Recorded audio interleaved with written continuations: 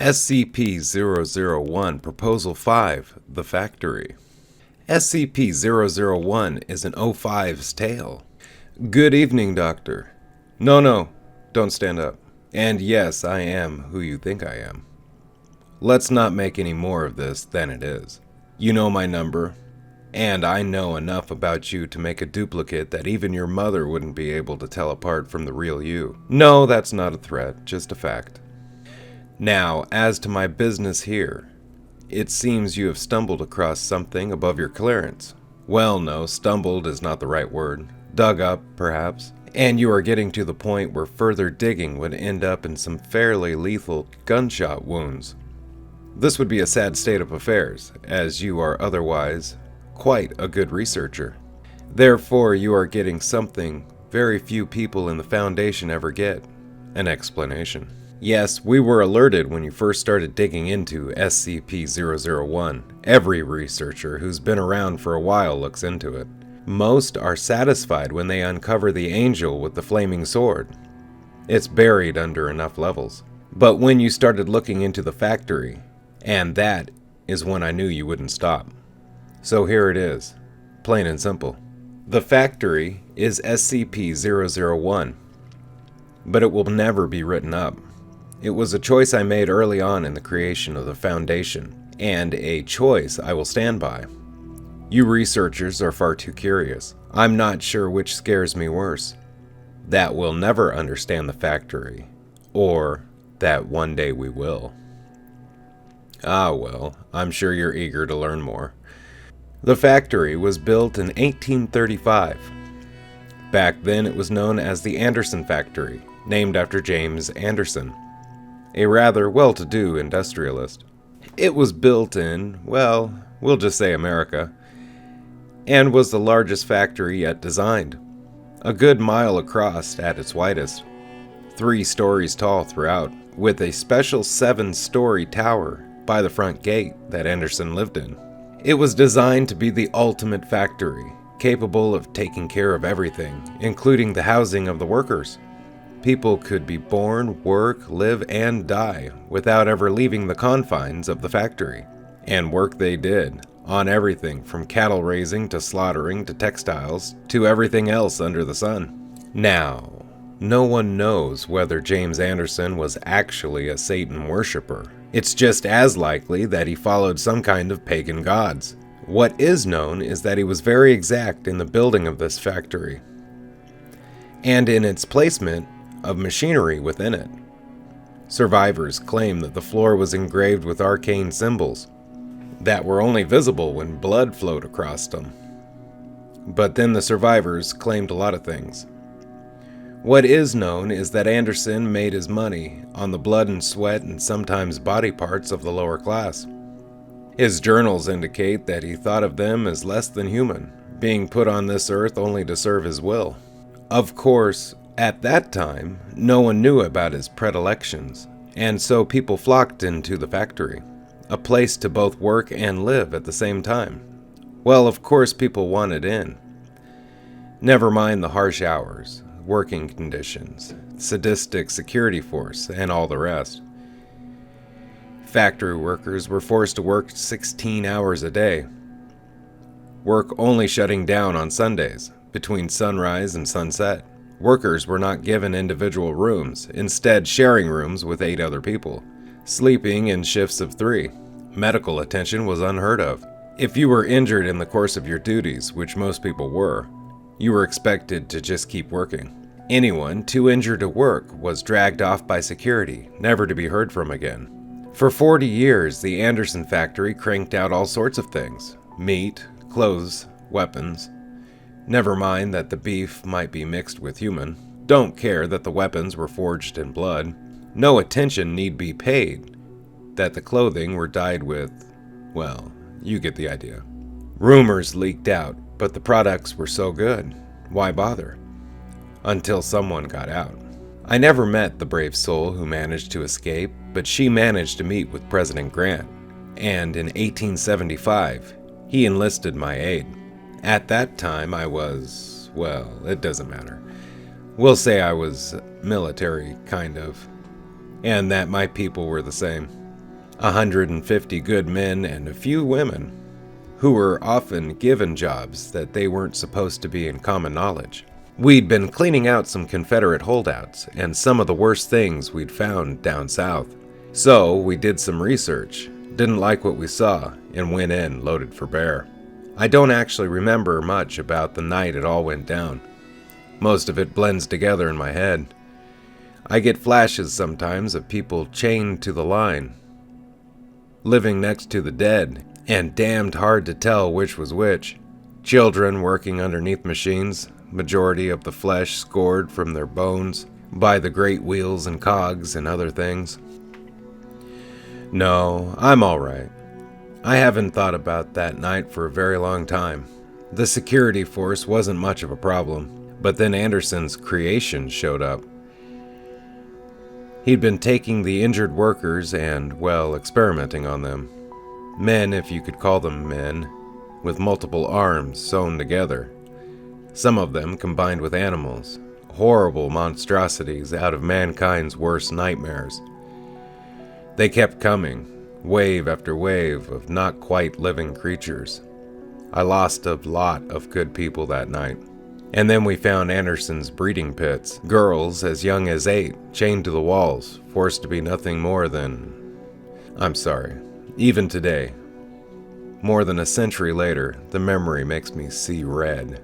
When we finally found Anderson cowering in his office, we hung him from the tower window, with his own entrails.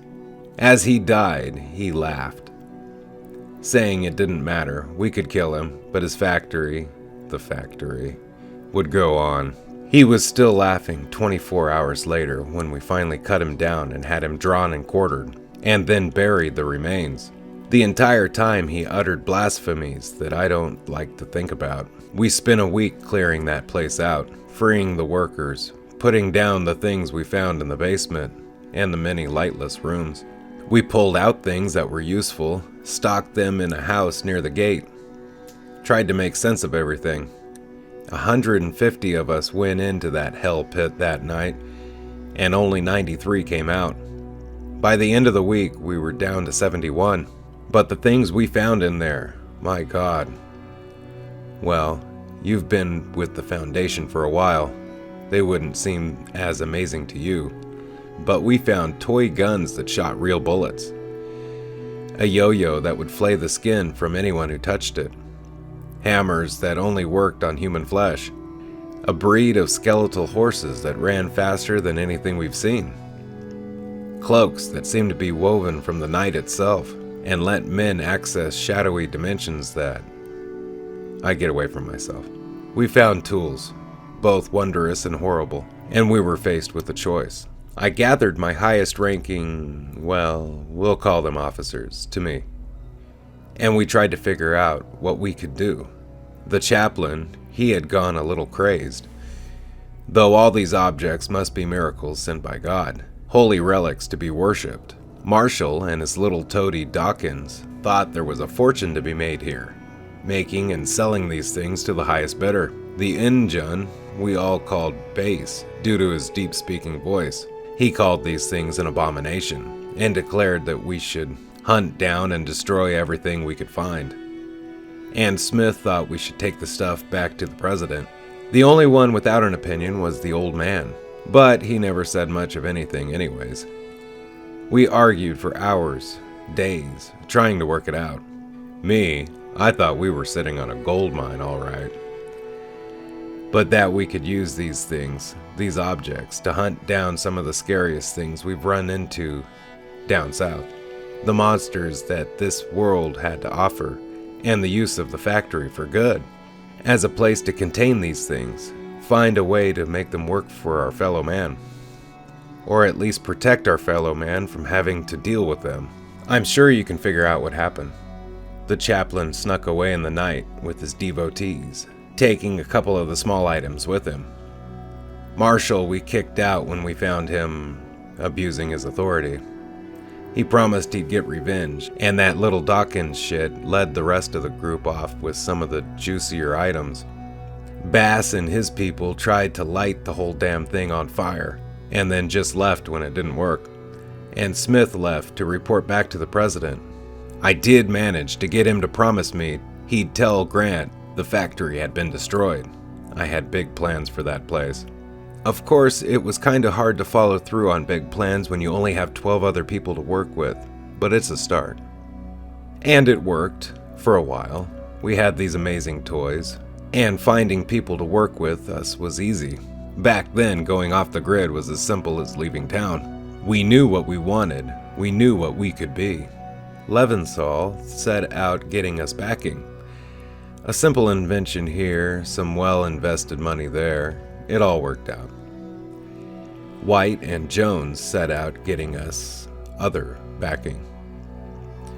In our previous work, we found out some interesting things about people, some secrets that powerful men didn't want getting out. And with our new position, helping keeping secrets, we got more people asking us to deal with their secrets. Blackmail is a dirty word, but it works. Bright, Argent, and Lumerex got to work cataloging the items. Light and Bright's wife, the nurse, they made sure we kept ourselves healthy. No, just remembering Light. She had such unusual ideas about hygiene for the time. Brilliant woman. Kazoff, Fletcher, and Karnsnoff dealt with training the troops. Tesla and Tarman were in charge of figuring out how to take advantage of the items without making it obvious. We were amazing. The city we built around the factory, which we took to calling Site Alpha, was self-supporting. Agents, researchers, operatives of all sorts. Not by those names, of course, but those positions. We expanded. I'm sorry, I'm an old man. I know I don't look it, but the body lies. The mind doesn't always remember right. And sometimes I get lost in my memories. Things get confused. But the long and simple of it is this. We use the factory. It always seemed to have more empty rooms to store things in. Back then, that was the word for them. Things. No skips then, no. We thought we had the factory tamed. That's one of the reasons I refuse to quit this job. If there's anything I can do here, it's remind people that we will never tame these things. Contain them, yes. But as we saw with Abel, tame them? Never.